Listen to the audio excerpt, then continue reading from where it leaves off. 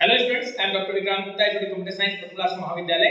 और आज फिर हम लेकर आए हैं आपके लिए एक नया टॉपिक है, ठीक है, जिसका है टॉपिक नेटवर्क। प्रीवियस लेक्चर में हम बहुत कुछ देख चुके हैं, बहुत कुछ समझ चुके हैं कि किस प्रकार से हम संचार को संचालित करते हैं, व्हाट इज कम्युनिकेशन, उसके कैरेक्टरिस्टिक्स क्या है, फीचर्स क्या है, how to send signal from one point to another point. एक यूजर किस प्रकार से अपने डेटा को एक माध्यम से दूसरे माध्यम में या एक लोकेशन से दूसरे लोकेशन में भेज पाता है, ये सारी चीजें हम पढ़ चुके हैं। लेकिन यहाँ सवाल ये होता है कि जो सारी प्रक्रिया हो रही थी कम्युनिकेशन की, जो प्रोसेस होता है communication process by which we can send और receive the information from one point to another point, वो किस कारण से संभव हो पाता है। तो उसका एक ही कारण है, वो है हमारा नेटवर्क। अब यह सवाल उठता है कि व्हाट इज नेटवर्क। तो नेटवर्क दैट मींस होता है इंटरकनेक्शन बिटवीन नोड, यानी दो या दो से अधिक नोड को आपस में जोड़कर जो एक संजाल तंत्र बनाया जाता है, वो आपका कहलाता है नेटवर्क। तो नेटवर्क दैट मींस क्या हो रहा है, आप इंटरनेट के माध्यम से या विभिन्न प्रकार के माध्यमों के द्वारा जब आप दो या दो से अधिक उपकरणों को, यानी नोड से तात्पर्य यहाँ पर हो सकता है कंप्यूटर, प्रिंटर या विभिन्न प्रकार के इंटरनेट डिवाइसेस के बारे में हम बात कर सकते हैं। इसका मतलब होता है हमारा नेटवर्क, ठीक है। तो नेटवर्क जब हम बहुत सारे उपकरणों को किसी एक माध्यम से, पर्टिकुलर माध्यम, चाहे वो वायर ओरिएंटेड हो या वायरलेस, इसके बारे में हम नेक्स्ट लेक्चर में पढ़ेंगे कि ट्रांसमिशन मीडिया क्या होता है, जिसके माध्यम से हम विभिन्न उपकरणों को आपस में जोड़ते हैं। तो जब भी हम बात कर रहे हैं यहाँ पर नेटवर्क की, तो हमारे दिमाग में यही बात आती है कि दो या दो से अधिक उपकरणों को आपस में जोड़ने से बनाया गया संजाल या तंत्र जो होता है हमारा नेटवर्क कहलाता है। अब नेटवर्क की बात हो रही है, तो हम यहाँ पर देखते हैं कि नेटवर्क कितने प्रकार का होता है। तो जब हम टाइप्स ऑफ नेटवर्क की बात करते हैं, तो मुख्य रूप से तीन प्रकार के नेटवर्क होते हैं। पहला होता है लैन, दूसरा होता है मैन और तीसरा होता है वैन, ठीक है। तो लैन नाम से ही पता चल रहा है, इसका फुल फॉर्म होता है it stands for a local area network. अब देखिए कई पुस्तकों में या कई कॉन्सेप्ट्स में ये कहा जाता है पैन, परमानेंट एरिया नेटवर्क, ठीक है, या कहा जाता है कैन, कैंपस एरिया नेटवर्क। तो ये कोई अलग चीज नहीं है, ये लैन का ही सिनोनिम्स है, ठीक है। हम उसको अलग अलग कैटेगरी में बांट सकते हैं। कैंपस है तो कैंपस एरिया नेटवर्क कह देते हैं, कोई प्राइवेट एरिया नेटवर्क कह देता है। तो ये अलग अलग चीजें होती है। लेकिन हम यहाँ पर जब भी बात करते हैं, वैल्यू एडेड की बात करते हैं, तो लैन को हम जो है लोकल एरिया नेटवर्क के नाम से ही जानते हैं। अब लोकल एरिया नेटवर्क से तात्पर्य यहाँ पर होता है, देख सकते हैं आप कि जब भी मैं लैन की बात करता हूं, तो यहाँ पे मेजरली दो प्रकार के लैन आपके सामने आ रहे हैं। एक वायर ओरिएंटेड लैन होता है और दूसरा जो होता है हमारा वायरलेस लैन, यानी WLAN कहते हैं जिसको। तो वायर ओरिएंटेड लैन के लिए एक स्टैंडर्ड, स्पेसिफिक स्टैंडर्ड को फॉलो किया जाता है, जो होता है IEEE स्टैंडर्ड। IEEE का फुल फॉर्म होता है हमारे institute of electrical and electronic engineers. इनके द्वारा एक स्टैंडर्ड मेंटेन किया गया है हर नेटवर्किंग डिवाइस के लिए या हर प्रोटोकॉल्स के लिए। उन्होंने एक स्टैंडर्ड तय किया है प्रोफेशनल्स के द्वारा, जो होता है हमारा IEEE 802.3, ठीक है। तो ये जो 802.3 है बेसिकली ईथरनेट के यूज होता है, जिसके माध्यम से हम वायर ओरिएंटेड लैन को कंडक्ट करते हैं। वहीं पर बात होती है जब वायरलेस लैन की, यानी आप वाईफाई कैंपस में आप सभी फेमिलियर हैं कि वाईफाई क्या होता है, वायरलेस फिडेलिटी होता है, जहां पर आप वायरलेस तरीके से आप लैन का यूज कर सकते हैं। तो वायरलेस के लिए भी हमारा जो प्रोटोकॉल है वो यहाँ पे डिसाइडेड होता है कि स्टैंडर्ड मेंटेन होता है, वो होता है 802.11, ठीक है। अब उसके बारे में हम अगले लेक्चर में बात करेंगे डिटेल पे। जब हम लैन की बात करें तो आप स्ट्रक्चर देख सकते हो कि एक मीडिया है, एक वायर है, जिससे विभिन्न प्रकार के जो है नोड को आपस में जोड़ा गया। और नोड क्या होता है, कंप्यूटर या कोई अन्य इंटरनेट उपकरण हो सकता है। अब जब हम बात करते हैं लैन की, तो इसका जो स्पेसिफिक जो फीचर्स होता है वो होता है रूम, बिल्डिंग, कैंपस में अगर हम जब कंप्यूटर्स को आपस में जोड़ते हैं किसी वायर या वायरलेस तरीके से, तो वो आपका क्या कहलाता है, हमारा लैन कहलाता है। तो इस प्रकार से हम समझ सकते हैं कि जो लैन होता है हमारा रूम, बिल्डिंग या कैंपस में जो एस्टैब्लिश हो रहा है नेटवर्क, वो आपका लोकल एरिया नेटवर्क है। अब बात होती है यहाँ पर टेक्निकल टोपोलॉजी की, मतलब रेंज की, क्योंकि लैन अगर बना रहे हैं आप तो कितना रेंज हो सकता है, यानी कितने बड़े एरिया पे, पर्टिकुलर एरिया पे आप क्या कर सकते हो, लैन को क्रिएट कर सकते हैं। तो पहले जो था वो 5 से 10 किलोमीटर की रेंज को ही वो वहां पर कंडक्ट कर पाता था, लेकिन अब वर्तमान में हम 10 to 20 किलोमीटर की रेंज में भी लैन को क्रिएट कर सकते हैं। इसके बाद जो मोस्ट इंपोर्टेंट कॉन्सेप्ट होता है वो होता है उसकी बीट रेट। बीट रेट है डेटा सप्रेशन की गति, क्योंकि जब हम लैन की बात करते हैं तो एक हायर बीट रेट का बात हो रहा है, जो होता है 1 to 100 Mbps, ठीक है, मेगाबिट पर सेकंड, यानी 1 से 100 Mbps की स्पीड से आप डेटा को वहां पर संप्रेषित कर सकते हैं। इसके बाद होता है हमारा सेकंड जो फॉर्म है वो होता है मैन, नाम से ही पता चल रहा है, नॉट अ मैन, ठीक है।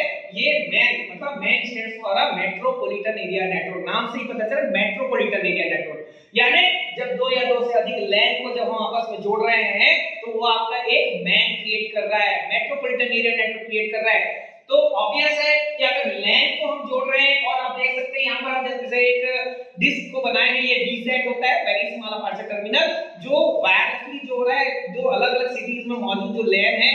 कोई भी यहाँ पर आप देख सकते हैं जो नेचुरल हर्डल्स होते हैं जैसे रिवर है, माउंटेन है, वो इस पर कोई बाधित नहीं कर पाता है। हम यहाँ पर डिश की सहायता से क्या कर सकते हैं, एक एंटीना की सहायता से हम दो या दो से अधिक लैन को आपस में जोड़ करके एक मेट्रोपॉलिटन एरिया नेटवर्क क्रिएट करते हैं। ठीक है, अब जब हम बात करते हैं यहाँ पर तो मैन का भी एक IEEE स्टैंडर्ड होता है 802.6, यहाँ पर IEEE का स्टैंडर्ड है 802.6। ठीक है, उसके थ्रू ये क्या करता है, मैन को कंडक्ट करता है। अब बात हो रही है यहाँ पर जैसे हमने लिखा हुआ है दो या दो से अधिक शहरों को या राज्यों को जोड़ने के लिए हम किसका उपयोग करते हैं, मेट्रोपॉलिटन एरिया नेटवर्क का इस्तेमाल करते हैं। तो अगर उसकी रेंज ज्यादा होगी लैन से तो यहाँ पर आप देख सकते हैं कितने की रेंज है, तो आपको 40 किलोमीटर की जो रेंज होती है वो आपका होता है मेट्रोपॉलिटन एरिया नेटवर्क। ठीक है, इसके बाद जो मोस्ट इंपॉर्टेंट कांसेप्ट है वही आता है, क्योंकि हम इसके बिना हम यहाँ पर किसी भी नेटवर्किंग फैसिलिटी की बात नहीं कर सकते हैं। यहाँ पर जब भी हम आते हैं तो ये 100 Mbps बिट रेट प्रोवाइड करता है आपको, यानी एक मैक्सिमम स्पीड प्रोवाइड करता है जो बहुत ही फास्ट होता है। ठीक है, तो ये मेट्रोपॉलिटन एरिया नेटवर्क। इसके बाद आता है हमारा तीसरा मोस्ट इंपॉर्टेंट जो होता है वो होता है वैन, वाइड एरिया नेटवर्क। नाम से पता चल रहा है बहुत बड़ा वाइड एरिया को कवर करता है, यानी लार्ज जियोग्राफिकल एरिया को जो कैप्चर करता है वो होता है हमारा वैन। आप स्ट्रक्चर से समझ सकते हैं एक नेटवर्क है जिसमें मल्टीपल नेटवर्क जुड़े हुए हैं। तो बेसिकली हम बात करते हैं कि वाइड एरिया नेटवर्क कहीं इंटरनेट तो नहीं है, तो ये ऐसा मिसकंसेप्शन है। वाइड एरिया नेटवर्क इंटरनेट का पार्ट नहीं होता है। वाइड एरिया नेटवर्क को बेसिकली हम बोलते हैं प्राइवेट नेटवर्क। जैसे बैंक है आपका, ठीक है, आपका कोल कंपनीज है, ये अपना खुद का एक नेटवर्क एस्टैब्लिश करती है। मान लीजिए उनका एक जो ब्रांच ऑफिस है वो एक सिटी में है, दूसरा ब्रांच ऑफिस किसी अदर स्टेट में है। तो इस प्रकार जैसे SBI की हम बात करते हैं तो उसका रीजनल ऑफिस मुंबई में है और हर सिटीज में लगभग उसके ब्रांचेस अवेलेबल है। तो वो अपना पर्टिकुलर एक नेटवर्क क्रिएट करके, वाइड एरिया नेटवर्क क्रिएट करके क्या करते हैं, डेटा को ट्रांसमिट करते हैं, रिकॉर्ड को, अकाउंट को हैंडल करते हैं। और कोर बैंकिंग के समय में आज कहीं से भी आप क्या कर सकते हैं, अपने अकाउंट्स को टेकल कर सकते हैं। लेकिन उनका एक पर्टिकुलर प्राइवेट नेटवर्क है, जैसे BSNL है ना, जो BSNL भारत संचार निगम लिमिटेड, उसका भी एक अपना क्या है, प्राइवेट नेटवर्क है। इस प्रकार हर टेलीकॉम कंपनी जो है एक प्राइवेट नेटवर्क क्रिएट करके, कोल कंपनी है वो प्राइवेट, ऑयल कंपनी है ये सब अपना प्राइवेट नेटवर्क क्रिएट करती है। इंटरनेट बेसिकली इस्तेमाल करने से बचती है। ठीक है, क्योंकि ये क्या होता है, सिक्योर होता है। प्राइवेट नेटवर्क जो है सिक्योर होता है, अलग अलग नेटवर्क आपस में जोड़ करके एक सर्वर के माध्यम से, डिस्ट्रीब्यूटेड सिस्टम के माध्यम से वो डेटा शेयरिंग का काम करते हैं। ठीक है, तो बेसिकली अब इसकी रेंज कितनी होगी, तो हमने लिखा है यहाँ पर जो दो या दो से अधिक स्टेट या कंट्री को जोड़ने के लिए जो है हम लोग वाइड एरिया नेटवर्क का इस्तेमाल कर सकते हैं। ठीक है, इसकी जो रेंज होती है 1000 किलोमीटर, यानी 1000 किलोमीटर की रेंज में यदि आप इस्तेमाल कर रहे हैं तो वो आपका क्या कहलाता है, वैन कहलाता है। जिसकी स्पीड की हम बात करें, क्योंकि अगर लार्ज जियोग्राफिकल एरिया को हम कैप्चर कर रहे हैं तो दूरी बढ़ जाती है, डिस्टेंस बढ़ जाएगा, डिस्टेंस बढ़ेगा तो ऑब्वियसली टाइम ज्यादा लगना है, टाइम टेकिंग को आंसर हो जाएगा। तो ये 1 to 10 Mbps, लेकिन वर्तमान में स्पीड जो है वो 32 Mbps या 100 Mbps के अप्रॉक्स जो है इस्तेमाल हो रही है। ठीक है, तो ये हमारा वाइड एरिया नेटवर्क है। ठीक, अब आपको ये समझना है 3 प्रकार के नेटवर्क है यहाँ पर। Wide area network that means private network ही होता है। लेकिन जब हम बात करते हैं नेटवर्क ऑफ नेटवर्क, यानी ग्लोबल नेटवर्क की बात करें, इंटरनेशनल नेटवर्क की बात करें, दैट इज कॉल्ड इंटरनेट। और इंटरनेट की हिस्ट्री मैंने आपको प्रीवियस लेक्चर में बताया हुआ है कि कब 1969 में डरपा के द्वारा बनाया गया था।